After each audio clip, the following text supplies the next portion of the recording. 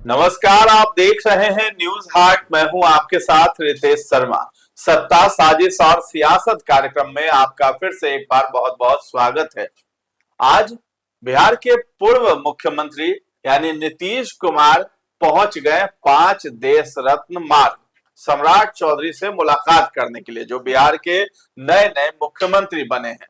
अब सम्राट चौधरी और नीतीश कुमार के बीच लगभग 20 मिनट की मुलाकात हुई है, वो भी बंद कमरे में। उसके बाद जो तस्वीरें सामने आई हैं उसमें नीतीश कुमार सम्राट चौधरी के कंधे पर हाथ रखते हुए भी दिखाई दिए हैं। तो क्या 20 मिनट की मुलाकात में बातचीत हुई है, उस पर हम मंथन करेंगे। आखिर नीतीश कुमार को अब सम्राट चौधरी के पास जाने की क्यों जरूरत पड़ रही है। इसके साथ ही साथ हम बात करेंगे 24 अप्रैल को जो है विधानसभा में सम्राट चौधरी बहुमत साबित करेंगे नई सरकार बनाने के लिए। तो बहुमत तो साबित कर ही देंगे आसानी से, क्योंकि सभी लोगों का समर्थन है, एनडीए के जितने भी घटक दल हैं सभी का। इसके साथ ही साथ हम बात करेंगे बिहार में एक दूसरे प्रशांत किशोर का जन्म होने वाला है। वो प्रशांत किशोर कौन है, उनका नाम क्या है, उस पर हम चर्चा करेंगे। आखिर हमने उन्हें दूसरा प्रशांत किशोर क्यों कहा है। तो इन तमाम मुद्दों पर हम चर्चा करेंगे। हमारे साथ जुड़े हैं न्यूज हाट के managing editor Ajay Kumar Mishra sir और अनिकेता शर्मा सर। शुरुआत कर देते हैं नीतीश कुमार से। आखिर सम्राट चौधरी के पास पहुंच गए, 20 मिनट मुलाकात भी की है, क्या बात है। देखिए, नीतीश कुमार जी जब जो है इस्तीफा दिए और सम्राट चौधरी नए मुख्यमंत्री बन गए, राजभवन में उनका शपथ ग्रहण समारोह हुआ 15 तारीख को। तो नीतीश कुमार वहां उपस्थित थे, एक कोने में बैठे हुए थे। उसके बाद वहां से जो है उनको आशीर्वाद देकर सम्राट चौधरी इनका पैर छूकर इनका आशीर्वाद दिया वहीं पर। उसके बाद जो ये गए एक अन्य मार्ग, तो 36 घंटे तक निकले नहीं, वही जो है घूम रहे थे आवास में। बस उनकी दिनचर्या वही थी, उस आवास तक सिमटी हुई थी। और उसके कल होके जो है वह अपने बेटे निशांत कुमार के साथ 7 सर्कुलर रोड गए, जहां उनका जो है अब नया ठिकाना होगा, वहां वो गए, उसको देखे सुने। उसके बाद फिर अपना शांत हो गए उनकी गतिविधियां। लेकिन आज उनकी गतिविधियां फिर पहले जैसी हो गई। जैसे पहले निकलते थे सुबह सुबह, किसी मंत्री के यहाँ चले गए, कहीं कोई जो है जहाँ विकास का काम हो रहा वहां घूमने चले गए, उसको देखने चले गए अधिकारियों के साथ।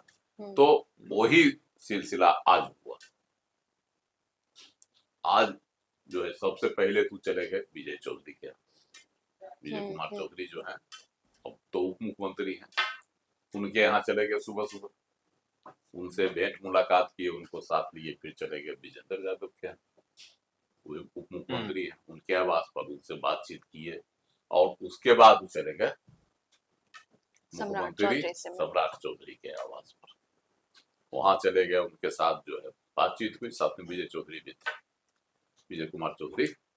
और वहां बातचीत हुआ, क्या कहता है, सम्राट चौधरी ने पैर छूकर उनका फिर आशीर्वाद लिया, उनके कंधे पर हाथ रख दिया। और उसके बाद बंद कमरे में बात हुई, सम्राट चौधरी, नीतीश कुमार और विजय कुमार चौधरी, इन तीनों के बीच बंद कमरे में बात।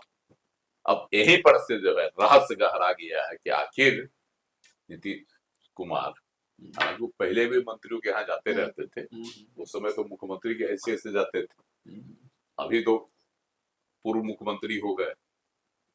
लेकिन सम्राट चौधरी से मिलने गए और सम्राट चौधरी के साथ बंद कमरे में उन्होंने बात की। साथ में विजय कुमार चौधरी भी थे, जो उनके सबसे विश्वस्त मंत्री रहे हैं। तो इसका मतलब है कहीं न कहीं सियासत की कुछ बातें हुई होगी। प्रशासनिक जो खबर छनकर आती है उसमें प्रशासनिक मुद्दे पर ज्यादा बातचीत हुई। साथ ही पिछली सरकार की जो नीतियां थी उस पर भी बातचीत हुई। और आगे जो कहा जाता है कि आगे की जो सियासत होगी उस पर भी सम्राट चौधरी से बातचीत हुई। और यह भी खबर आ रही है कि जो मंत्रिपरिषद का विस्तार होगा उसका स्वरूप क्या होगा, इस पर भी बातचीत हुई। कहीं ना कहीं ये सारी बातें भी हुई होगी कि मतलब 20 मिनट तक जो बातें चली है उसमें नीतीश कुमार के मार्गदर्शन पे ही अगर चले, जैसे सम्राट चौधरी या शराबबंदी को नहीं, लेकर के इनकी भी जो जो खबर बातें है चल कि रही हैं। इनसे जानकारी ली गई सम्राट चौधरी से, आप कैसा कैसा क्या कर रहे हैं, कैसा चल रही है, कैसे चल रही है आपकी सरकार, क्या इन प्लानिंग तमाम आगे का मुद्दों हो पर सकता है। उनसे बातचीत की। और साथ में विजय कुमार चौधरी थे जो इनको विस्तारित तौर से बता रहे हैं कि सरकार का ये प्लान है, नई सरकार का, और आपके जो मॉडल है उससे हम लोग खिसक नहीं रहे, वही मॉडल अपना कहीं ना उसी कहीं मॉडल वही पर सारी चल रहे चीजें हैं। जानने के लिए यही मीटिंग हाँ, बैठक में मीटिंग हुई होगी। इसको लोग बहुत सियासत में इसकी बहुत अहमियत दी जा रही है। और जिस समय सम्राट चौधरी से मिल रहे थे, एक बार और मुलाकात, दूसरी मुलाकात सर खुले तौर पर दूसरी, एक बार और गए थे जब सम्राट चौधरी शपथ ग्रहण कर लिए थे तो इनके आवास पर मिलने गए थे इनसे। तो वहां जो इनका देखे बॉडी लैंग्वेज देखिए नीतीश कुमार की, कंधा पर हाथ रख दीजिए, मुस्कुरा रहे थे। अभी भी बहुत तो ज्यादा नीतीश मुस्कुरा कुमार रहे थे तो आज। बिना बोले हुए कुछ करते हैं, मुस्कुराहट ही बहुत कुछ कर रही है। तो बिना बोले कुछ करते हैं, उनकी मुस्कुराहट में जो है तमाम परिस्थितियां झलक जाती है। उन्होंने, उनको एक आत्मसंतुष्टि है कि हमने जिसको चाहा उसको मुख्यमंत्री की कुर्सी पर बिठाया।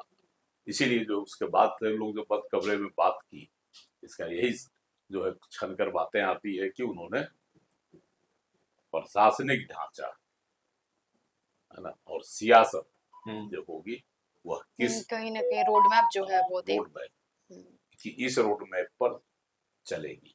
यही तमाम मंत्रणा जो हुई है ना, और गुरु मंत्र नीतीश ने सम्राट चौधरी को दी। कुछ ज्यादा ही खुश भी नजर आ रहे थे खबर ये भी और है ना ऐसा कि लग रहा 20 तारीख को जो है नीतीश कुमार ने एक बैठक बुलाई है, सभी विधायक रहेंगे।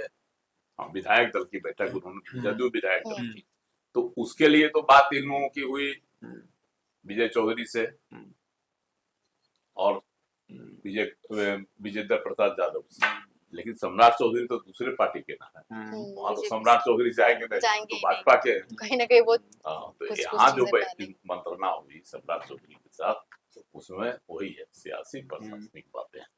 कुछ ज्यादा ही उसके बाद सम्राट चहेते चौधरी होते ने जा क्या रहे हैं कहा, सम्राट चौधरी। उसके बाद वैसे एक भी बयान नीतीश आया। कुमार के नहीं, मतलब उसके बाद एक पसंदीदा है बयान सम्राट चौधरी का।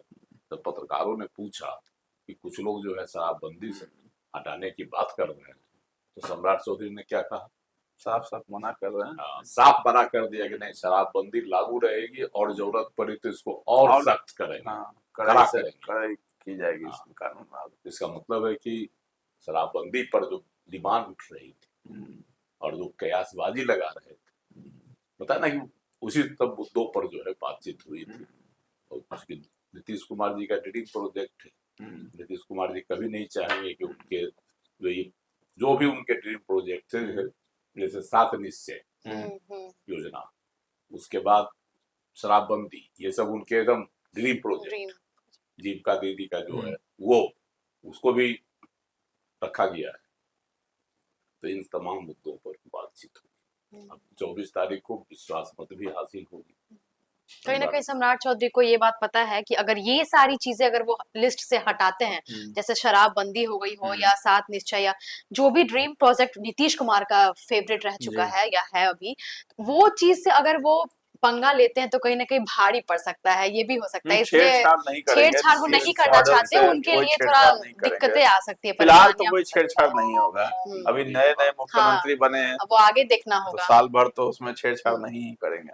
उसके बाद उम्मीद है कि कुछ परिवर्तन हो सके, कुछ कुछ कानूनों में। वो तो होंगे ही परिवर्तन, क्योंकि उनको अपना भी तो फेस वैल्यू बनाना है। हर चीज नीतीश कुमार के ही चीजों पे चलेंगे तो उनका खुद का वैल्यू, ब्रांड वैल्यू जो वो बनाना चाहते हैं। सम्राट चौधरी की यहाँ नहीं चलेगी तो भाजपा की चलेगी। तो भाजपा के मुखौटा है, सम्राट चौधरी अपने मन की करेंगे थोड़े चल पाएंगे। चलिए, बिहार में दूसरे पीके कौन है, उस नाम का भी खुलासा किया जाए। आखिर कौन ऐसे व्यक्ति हैं जिनको दूसरा प्रशांत किशोर कहा जा रहा है, और आखिर क्यों मतलब कहा जा रहा है, क्या वजह है इसके पीछे? देखिए, एक केंद्रीय मंत्री रह चुके हैं, बहुत ईमानदार प्रशासनिक अधिकारी भी थे, राजकुमार सिंह उर्फ RK सिंह, केंद्र में मंत्री भी रहे 14 से में जीते थे, 18 से 19 में भी जीते, 2 टर्म वहां मंत्री बने, केंद्र में केंद्रीय मंत्री में रहे जी। लेकिन 2024 में भी उनको टिकट मिला। ऐसा नहीं कि टिकट नहीं दिया पार्टी ने, लेकिन वो आरा से हार गए। उसके बाद उनका सुर जो है पार्टी विरोधी होते चला गया। उन्होंने आरोप लगाया कि पार्टी के ही कुछ लोगों ने जो है हमको हरवा दिया। उनका सीधा सीधी यही आरोप रहा था, इसका लबो-लुआब यही था। और उनके निशाने पर खुले तौर पर कौन थे ये अभी सब जानता है। उस समय जो थे प्रदेश अध्यक्ष, बड़ी सारी ठिकरा उन्होंने तोड़ दिया था। मुख्यमंत्री थे उस समय इस चुनाव के बाद, नहीं तो सम्राट चौधरी थे, पर ही उन्होंने पूरा जो है फोड़ा।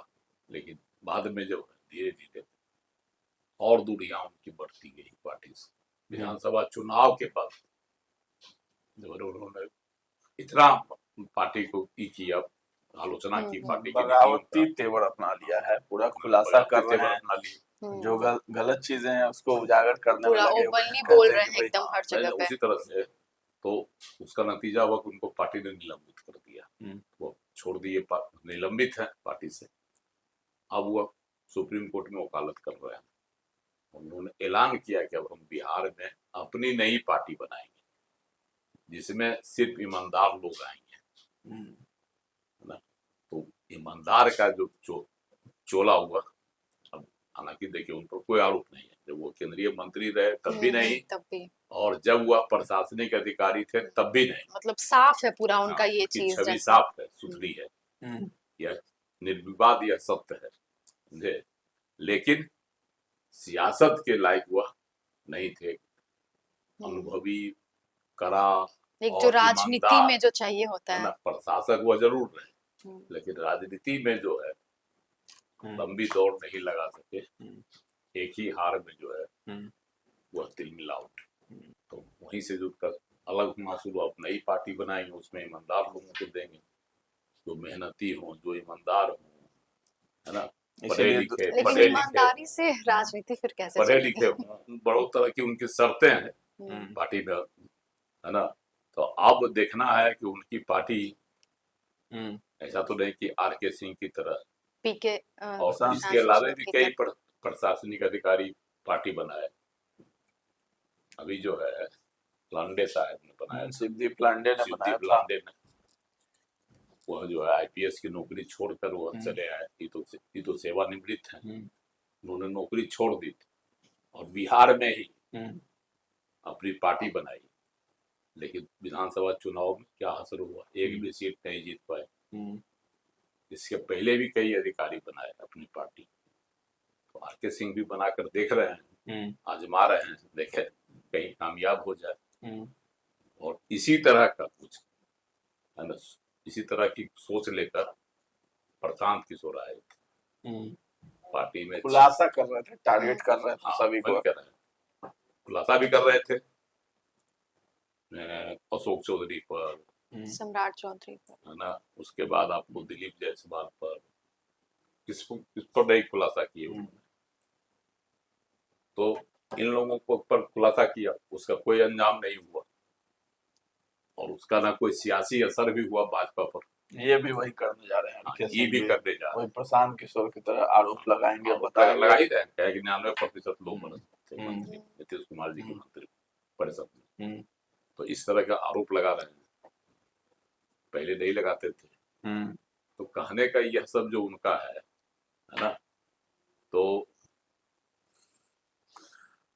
ये एक लबो-लुआब है कि वह भी निशांत कुमार, प्रशांत कुमार के तर्ज पर प्रशांत किशोर अपनी एक अलग पार्टी बनाकर देखिए क्या कर पाते हैं। बहुत खुलासा बहुत कर रहे हैं आर.के. सिंह, कुछ ना कुछ बोलते हैं, लेकिन तथ्य के साथ खुलासा करते हैं तो अच्छी बात रहेगी। राजनीति करनी और प्रशासनिक पद संभालना, दोनों दो चीजें। वही बात है। अगर वो ये चाहते हैं कि उनके पास ईमानदार लोग और पढ़े लिखे लोग आए, तो पढ़े लिखे लोग आए, ये बात बहुत सही है। लेकिन अगर वो ये चाहेंगे कि ईमानदारी, तो राजनीति एक ऐसी चीज है जहाँ पे ईमानदार लोग का लंबे समय तक गुजारा नहीं हो पाएगा।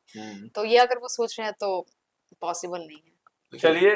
पार्टी तो भाजपा को छोड़ चुके हो, तो स्वतंत्र है अपनी ही पार्टी बनाने की, इसमें कहीं से कोई नहीं, जब भाजपा से कोई रिश्ता नाता नहीं है तो नई पार्टी बना सकते हैं। लेकिन जिस तरह का फ्रेम उन्होंने पेश किया, उससे लग रहा है कि कहीं प्रशांत किशोर भी इसी तरह का फ्रेम लेकर उतरे थे विधानसभा चुनाव में।